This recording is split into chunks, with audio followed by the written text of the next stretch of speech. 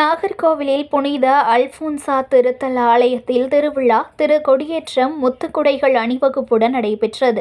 தொடர்ந்து நடைபெற்ற ஆடம்பர திருப்பலியில் ஏராளமான கிறிஸ்தவர்கள் பங்கேற்றனர்.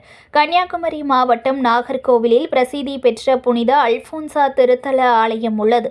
ஆண்டுதோறும் இந்த ஆலயத்தில் ஜூலை மாதம் 10 நாட்கள் திருவிழா நடைபெறுவது வழக்கம்.